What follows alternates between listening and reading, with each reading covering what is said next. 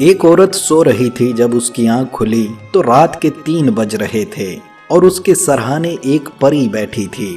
پری نے اس سے پوچھا کہ اپنی دلی 3 خواہشیں بتاؤ، میں ایک دن میں ایک خواہش پوچھوں گی اور اس دن وہی پوری ہوگی، لیکن ایک شرط ہے کہ جو کچھ تم اپنے لیے مانگو گی وہ تمہیں ضرور ملے گا، مگر اس سے 10 گنا زیادہ مقدار میں وہ تمہارے شوہر کو ملے گا۔ اس عورت نے بہت سوچا اور بولا کہ میری پہلی خواہش یہ ہے کہ میں صرف اور صرف اپنے شوہر سے پیار کروں اور بے انتہا کروں۔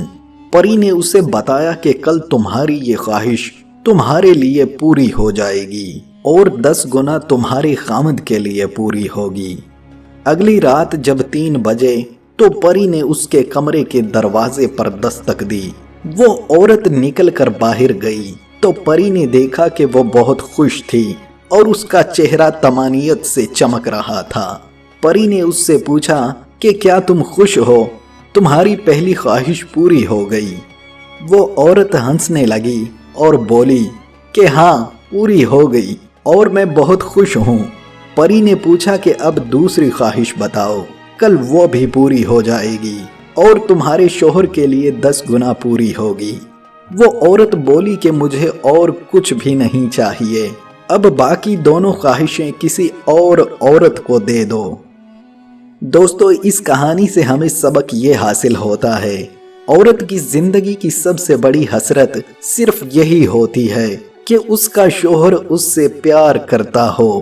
زیادہ تر عورتیں چاہے جتنی بھی امیر ہوں یا جتنی بھی کامیاب ہوں، وہ صرف اپنی پوری زندگی شوہر کی قبولیت اور اس کے پیار کے حصول میں بسر کر دیتی ہیں۔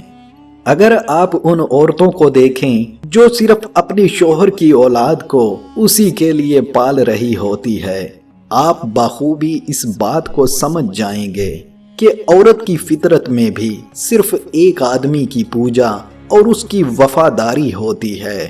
ہمارے مشرقی معاشرے میں تو خیر سب عورتیں اپنی پوری زندگی برے سے برے سسرال کو اور اپنے بچوں کی تمام خواہشات کو صرف ایک مرد کے لیے ہی زندگی بھر برداشت کرتی رہتی ہیں۔